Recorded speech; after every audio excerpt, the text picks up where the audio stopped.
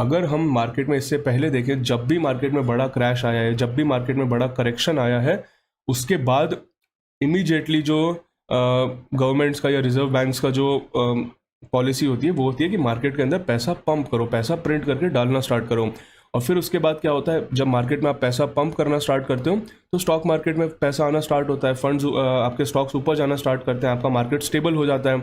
But जो इतना सारा पैसा आपने मार्केट में डाल दिया है, उसके बाद आपका इन्फ्लेशन बढ़ेगा, इन्फ्लेशन बहुत स्पीड से बढ़ना स्टार्ट होता है। और वो इफेक्ट हमें कितने टाइम में आता हुआ दिखता है, जनरली हमें 2 साल, 2.5 साल, 1.5 साल के अंदर आता हुआ दिखता है। वो इफेक्ट हमें आता हुआ स्टार्ट हो चुका है ऑलमोस्ट। अगर आप देखें तो पिछले अक्टूबर के टाइम से आपने हर सेशन के अंदर एक ना एक बार तो इन्फ्लेशन वर्ड हमारे मुंह से सुना ही सुना होगा, क्योंकि इन्फ्लेशन बहुत सीरियस और बहुत रियल चीज़ है। वो inflation is not like valuations. Valuations क्या होता है, वैल्यूएशन हवा में होता है कि आप किसी स्टॉक को 25 का पी भी दे सकते हो, किसी स्टॉक को 200 का पी भी दे सकते हो। बट इन्फ्लेशन एक बहुत ही रियल चीज़ होती है। इन्फ्लेशन ग्राउंड पे बिजनेस को अफेक्ट करती है। इन्फ्लेशन अच्छे अच्छे बिजनेसेस की कमर तोड़ देती है, ठीक है। तो इन्फ्लेशन इस टाइम पे हमें मार्केट में बहुत स्ट्रांग दिख रहा है। और इन्फ्लेशन सिर्फ ऐसा नहीं है कि आपका जो आर्टिफिशियल इन्फ्लेशन होता है, जो आपका कैश प्रिंट करने की वजह से, आपको सप्लाई साइड इन्फ्लेशन देखने को मिल रहा है। सप्लाई साइड इन्फ्लेशन आपको देखने को मिल रहा है क्रूड के अंदर, देखने को मिल रहा है आपको को एग्री कमोडिटीज़ के अंदर। एग्री कमोडिटीज़ क्या होती है, एग्री कमोडिटीज़ होती है आपका गेहूं, दाल, चावल, तेल, ये सब। इनके अंदर आपको सप्लाई साइड पे शॉर्टेज आती हुई दिख रही है, इन्फ्लेशन आता हुआ दिख रहा है। आपको चिप के अंदर, आपको पूरी की पूरी आईटी इंडस्ट्री में एक स्लो डाउन आता हुआ दिख सकता है, क्योंकि चिप के अंदर शॉर्टेज इतनी ज़्यादा चल रही है कि कॉस्ट बहुत ज़्यादा हो चुकी है प्रोसेसर्स की, चिप्स की। और ऐसे के अंदर आपका सप्लाई साइड इन्फ्लेशन क्रिएट हो रहा है। और ये आपको ग्रोथ के अंदर, किसी भी सेक्टर के ग्रोथ के अंदर, अगर उसका जो रॉ मटेरियल है या उसको बनाने या उसको सेक्टर को चलाने के लिए जो सामान यूज़ होता है, अगर वो बहुत महंगा हो जाता है तो फिर ग्रोथ स्लो हो जाती है। तो आई होप कि आप ये चीज़ समझ रहे हो कि जो इतने टाइम से मार्केट में छोटी छोटी गिरावट के बाद बड़ी बड़ी रैली आ रही थी, उसका रीज़न था कि मार्केट के मैक्रो लेवल पर मार्केट बहुत ज़्यादा स्ट्रांग था, लिक्विडिटी बहुत स्ट्रांग थी मार्केट के अंदर, इन्फ्लेशन उतना ज़्यादा हाई था नहीं। लगातार रिजर्व बैंक्स की बात कर लें हम, फेड की बात कर लें हम, गवर्नमेंट्स की बात कर लें, लगातार मनी प्रिंट किया जा रहा था, लगातार मार्केट में पैसा पंप किया जा रहा था। तो ये समझना बहुत ज़्यादा इंपॉर्टेंट है कि इस टाइम पे वो सारी सिचुएशंस फेवरेबल नहीं है। साथ ही में अगर हम देखें तो इंडियन इकोनॉमी जिस चीज़ के ऊपर बहुत ज़्यादा इंपॉर्टेंट है वो है क्रूड ऑयल। इनफैक्ट बहुत सारे मार्केट में एनालिस्ट तो ऐसे भी हैं जो सिर्फ क्रूड का प्राइस या क्रूड का ट्रेंड देख करके मार्केट के ट्रेंड को प्रेडिक्ट करते हैं। इतना ज़्यादा हमारा मार्केट या हमारा बिजनेस इंडिया के अंदर क्रूड के ऊपर डिपेंडेंट होता है।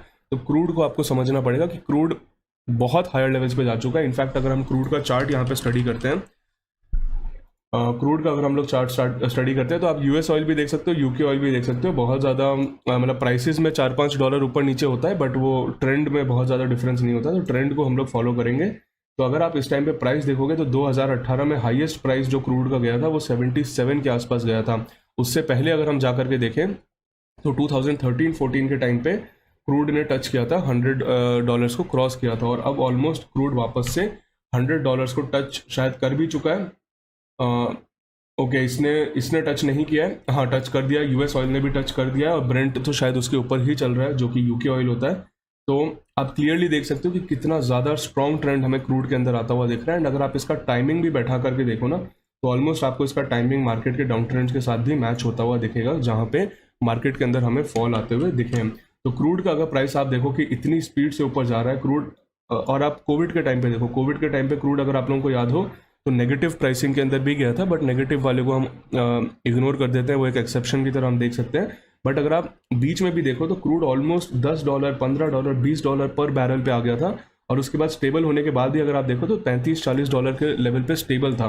तो जो क्रूड आपका $40 के लेवल पे स्टेबल था इतने समय तक, वो अगर आपको अभी इस टाइम पे $100 का मिल रहा है, तो आपकी कॉस्ट कितनी ज़्यादा इंक्रीज होगी, आप समझ रहे हो कितना ज़्यादा आपके बिजनेस के अंदर मुनाफे आपके हर्ट होंगे, कितना ज़्यादा आपका मार्जिन्स को हर्ट होगा। तो ऐसे के अंदर जो वैल्यूएशंस होते हैं, जो री रेटिंग होती है, वो स्टार्ट होती है। अगर पहले आपका बिजनेस 15 या 20% प्रॉफिट मार्जिन कमा पा रहा था, और अगर आपका बिजनेस अब सिर्फ 8 या 10% मार्जिन कमा पा रहा है, तो ऐसे के अंदर जो वैल्यूएशंस होते हैं वो आपके घटना स्टार्ट होते हैं। क्योंकि अगर आपके पास प्रॉफिट मार्जिन कम होंगे, मतलब आपके बिजनेस में नया कैश कम आ रहा है। अगर नया कैश आपके बिजनेस में कम आ रहा है तो आपकी ग्रोथ स्लो हो जाएगी। तो ये सब चीज़ें समझना बहुत ज़रूरी है कि इस टाइम पे सिचुएशन वो नहीं चल रही है जो आप सोचो कि मार्केट थोड़ा सा गिरा है तो चलो खरीद लो, वापस तो बाउंस बैक आ ही जाएगा। वो चीज़ हम लोगों ने काफ़ी समय तक एंजॉय करी है, हो सकता है वो चीज़ हमें फिर से होती दिखे, I can not deny that, क्योंकि मार्केट मेरे हिसाब से तो चलेगा नहीं।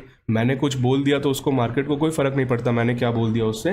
तो हो सकता है मार्केट में हमें फिर से बाउंस बैक आता दिखे। एंड इनफैक्ट अगर आपको याद हो तो 2-3 दिन पहले हम लोग एनालाइज कर रहे थे, तब मैंने आपको ये भी बोला था कि हो सकता है, कोई बड़ी बात नहीं है कि मार्केट हमें यहाँ से बाउंस बैक दे और सीधा 18,500 के लेवल पे वापस बैठ जाए, और फिर वहाँ से हो सकता है हमें करेक्ट होता दिखे। तो बाउंस बैक जब भी आते हैं मार्केट में, वो कितने बड़े आएंगे, कितने स्ट्रांग आएंगे, वो कोई नहीं बता सकता है। बट मेरा कहना अगेन सेम यही रहेगा कि जो मैं काफ़ी टाइम से आप लोगों को कह रहा हूँ कि निफ्टी के अंदर या हम इंडियन मार्केट के अंदर देखें तो इंडियन मार्केट के अंदर रशिया यूक्रेन एक अकेला इशू नहीं है।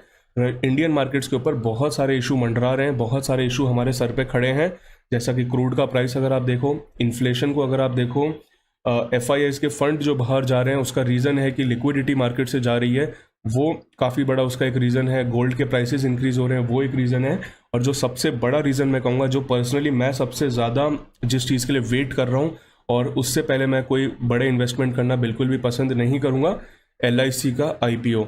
LIC का IPO बहुत बहुत बड़ा IPO है और वो बहुत ज़्यादा लिक्विडिटी मार्केट से सक करने की क्षमता रखता है। और जब मार्केट से इस लेवल पे लिक्विडिटी, हिस्टोरिकली जब भी इस तरह से लिक्विडिटी मार्केट से सक हुई है तो मार्केट ने बहुत पागलपन किया है, मार्केट में बहुत ब्लड बाथ हुआ है।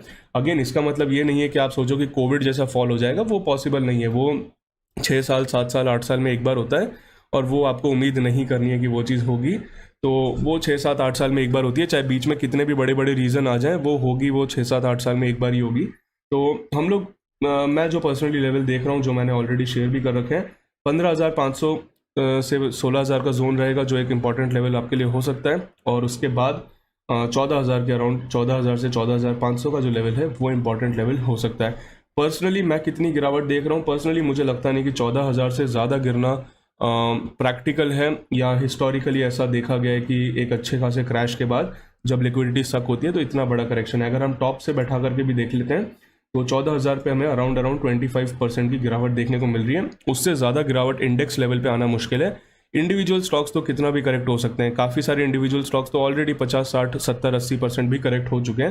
तो इंडिविजुअल स्टॉक्स कितना करेक्ट होंगे वो किसी को नहीं पता, बट निफ्टी रियलिस्टिकली अगर मैं बोलूँ तो मैक्सिमम 14,000 के जोन तक आ सकता है। और अगर थोड़ी मार्केट में पॉजिटिविटी बनी रहती है, मार्केट में फंड्स जो है उनको बाहर निकालने की स्पीड उतनी नहीं रहती है, तो हो सकता है हमें 15,500-600 पे भी स्टेबिलिटी आती हुई दिखे। तो आई होप कि जो लंबा सा मैंने प्रवचन दिया है ये आपको कहीं ना कहीं हेल्प किया होगा।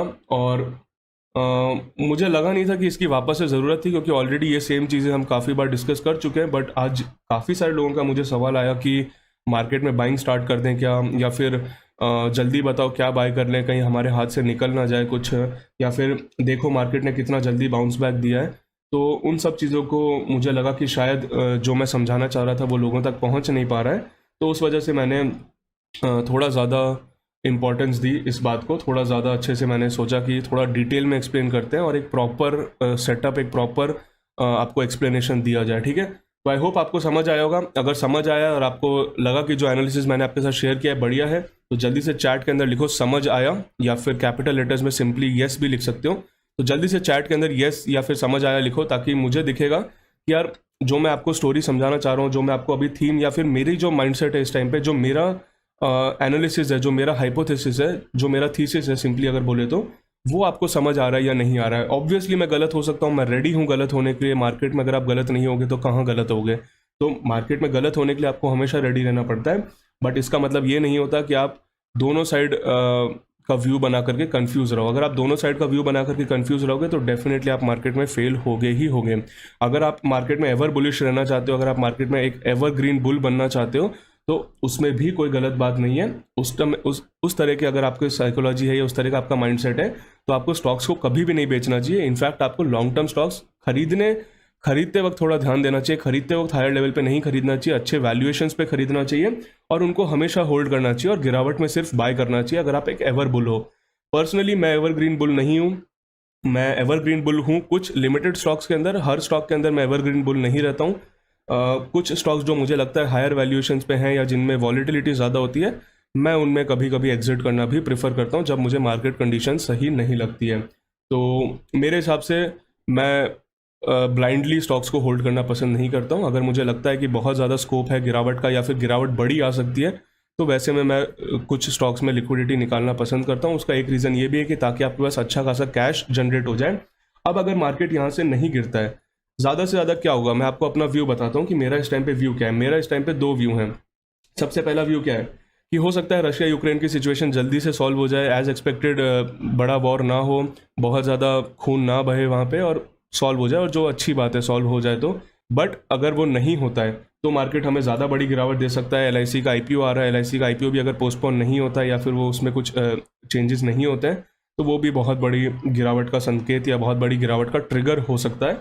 तो ऐसे के अंदर अगर मार्केट इस वाले जोन पे आता है और यहाँ पे मैं अपनी बाइंग करता हूँ, तो मैंने अगर इस वाले जोन में अपनी पोजीशंस काटी है, एंड इनफैक्ट ऑलमोस्ट इस पूरे जोन में काटना स्टार्ट कर दिया था हमने पोजीशंस, तो डेफिनेटली 100% पोजीशन तो मैंने नहीं काटी है। जैसा कि मैंने बोला, कुछ स्टॉक्स के अंदर तो मैं भी एवरग्रीन बुल हूँ जिनको मैं कभी सेल नहीं करूँगा।